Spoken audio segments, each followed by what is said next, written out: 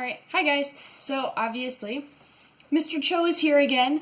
For today you guys read chapter 23, and Mr. Cho and I actually have talked about this chapter quite a bit even before you guys read it, because both of us, when we were in high school, just kind of skimmed through this chapter. We're kind of like, oh, this is kind of boring, nothing interesting is happening. But, of course, now that we're adults and English teachers, we love this chapter. So we decided to talk about it together.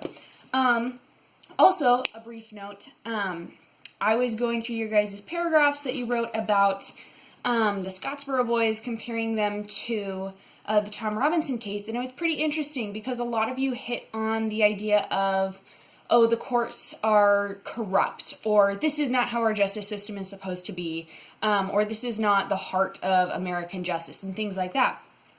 Which was pretty interesting because that's actually one of the main ideas that gets talked about in this chapter. So, without further ado, we're going to talk about chapter 23 and include some of those same ideas that you guys were touching on or sometimes feeling a little bit uncomfortable with about the Scottsboro case, as well as Tom Robinson's. Mm-hmm. So, first things first.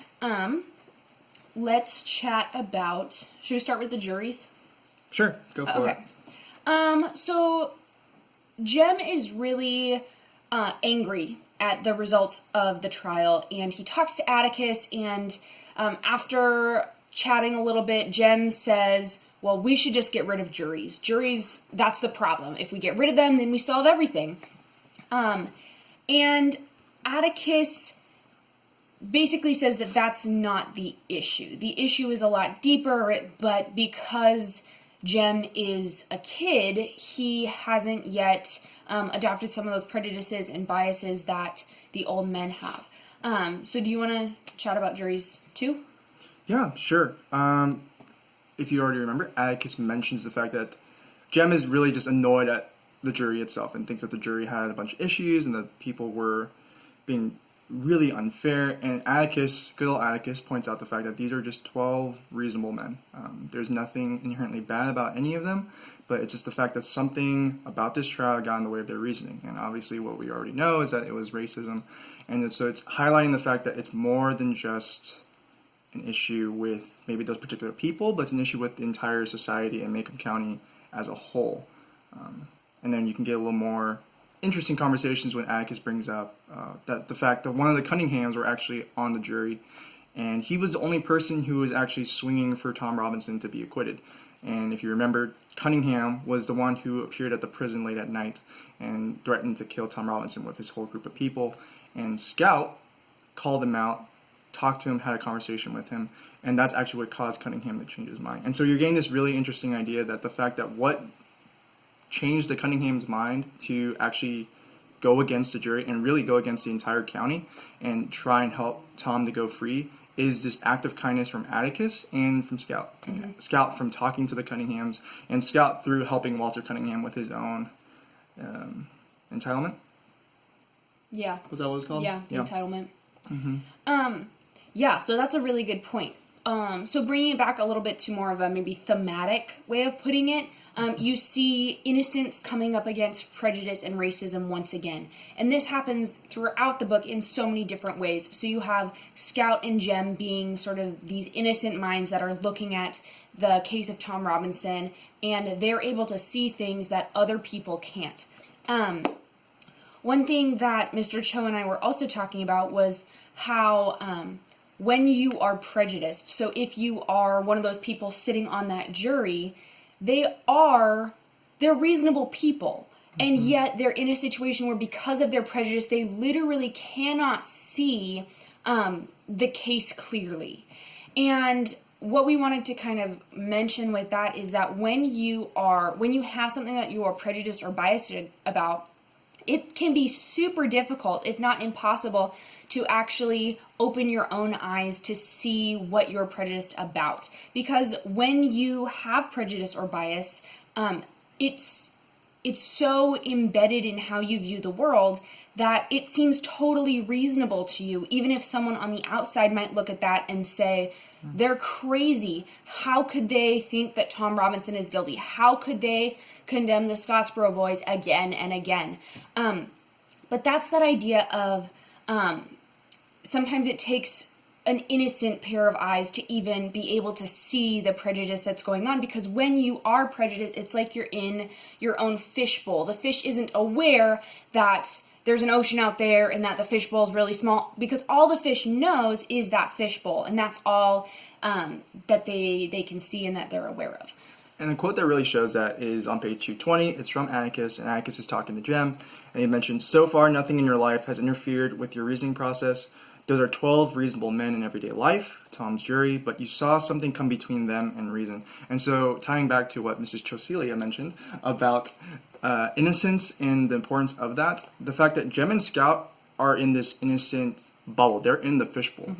Atticus is their parent, and he's a great upstanding person who's this great model of what it means to be a good person and what it means to treat everyone fairly. But now they're realizing that not everyone is like that. Just because Atticus is like that and just because they're raised to be like that doesn't mean that everyone else is like that as well. And so it's something for everyone in the book and also for ourselves to keep in mind as we go about recognizing that we don't understand the experiences of everyone else. And it's only when we come into contact with that and actually allow ourselves to realize that there is something different that we can actually see the difference in the first place. Yeah. So that's, also one thing, sorry. Mr. Cho has slightly different page numbers than we do. That's right. Yeah. So the quote that he just brought up in our books, it is on 251, not 220. It's a great quote. You might want to reference it later, just saying. But in our books, it's on 251. So that's kind of the big point that we wanted to talk about today. And then briefly, we wanted to touch on a few other things from this chapter. And that's the idea of, to put it bluntly, people being trash. Because you have two instances in this chapter where different people are identified as trash. So the first one is when Atticus says that any white man who takes advantage of a black person's ignorance is trash. And so that might seem like, oh, well, he's just painting with a broad brush. He's making huge generalizations. What if the black person actually did something? Stuff like that, right? We can work around that. But what Atticus is saying is that, especially in this time and even in certain neighborhoods and cities today, black people still have not always had the same opportunities or advantages to get education or even have the same resources. And so Atticus is sort of hitting on that as saying, because white people in general have had, they haven't had the same struggles, they have had more opportunities to be educated and to get wealth and things. So the moment that someone takes advantage of their own sort of, what's it called? Take advantage of their status. Status, privilege. Placement takes in life. advantage of their own privilege that they have done nothing to earn, and then uses that to cheat someone else who, through no fault of their own, has not had those same opportunities or resources. That person is, Atticus says, they're trash, right? But then we also have Aunt Alexandra talk about trash in a very different way. Do you want to talk about that one, or? Yes, Aunt Alexandra, so dear to my heart. Well, bless her soul. Okay, Aunt Alexandra, at the end of the day, she means well. She's one of the people who, she really cares about Scout and Jem. She cares about Atticus at the end of the day. But if you haven't already picked up on it yet, she has some really old set ways of viewing people. And so she's very class-oriented, which is why in this chapter she mentions that the Cunninghams are beneath the Finches and that Walter Cunningham is never allowed in the house. When Scout and Jem are highlighting the fact that, well, the Cunninghams actually were the only good people in the jury. Two, they're just people, and like you should treat them well. And Aunt Alexandra just doesn't get that. And you see her bring up these little assumptions that she makes about people across the entire novel, and whether it's about class, whether it's about race. And it's painful to see that contrasted with Atticus in the same household. And you see Scout and Jem also recognize that this isn't right. This isn't how it's supposed to be. And Aunt Alexandra just doesn't get it. But at the end of the day, it's a blind spot for her. She doesn't realize that what she's doing is wrong because she grew up in that. And just because she doesn't recognize it doesn't mean that it's not still wrong. It just means that she needs to open up her blind spots a little more so that she can recognize her own faults. And then coming out of that, we also end our chapter with a discussion about the different kinds of people. And once again, you have two camps, right? You have Jem, who says, what is it? He says... Oh, yeah. Basically, Jem breaks down that he thinks there's 4 types of people in the world, right? He thinks there's the normal folk, which is funny because he includes himself in that. So the Finches and the people in the neighborhood. Then there's the Cunninghams. Then there are the Yules, and then there are the black people. And basically, in Jem's mind, it's the normal people don't like the Cunninghams. Cunninghams don't like the Yules. Yules don't like the black people. Well, Scout points out, Jem, I think you're wrong. I think there's just one type of folks. It's just folks. And I don't have the page number for that because we have different books. 258.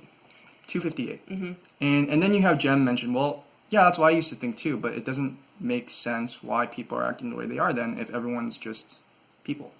And it's just, it's heartbreaking for me to see these two kids like growing into a realization of what the world is like, where they both recognize that we're just people and it shouldn't matter that we look different or that we're in different classes.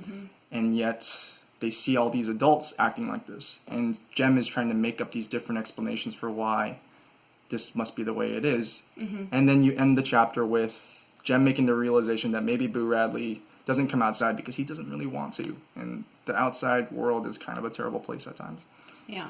It's that really sad thing that Jem is trying to... He sees it and he's trying to figure out how can this be possible. He sees adults hating each other, despising each other from a kid's perspective, no reason at all, right? Because they have less of that clouded view of the world and of people.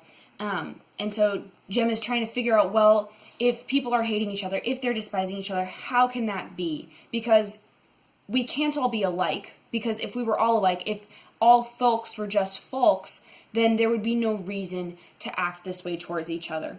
And so it's kind of in that conflict of him sort of believing that all people are just people, but still seeing people are just hating each other anyways. And then he finally realizes that maybe, it's kind of pessimistic and sad, but he says maybe that the reason Boo Radley doesn't come outside is because the outside, the world, is such a messed up, terrible place that Boo Radley would rather stay inside. So, I think chapter 23 is beautiful and very sad, even though there is a lot of talk of random legal stuff.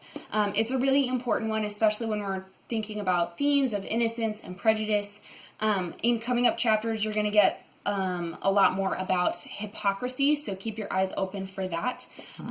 But hopefully you enjoyed seeing our faces again. We miss your faces, and hope you are hanging in there. All right, bye guys. Bye-bye.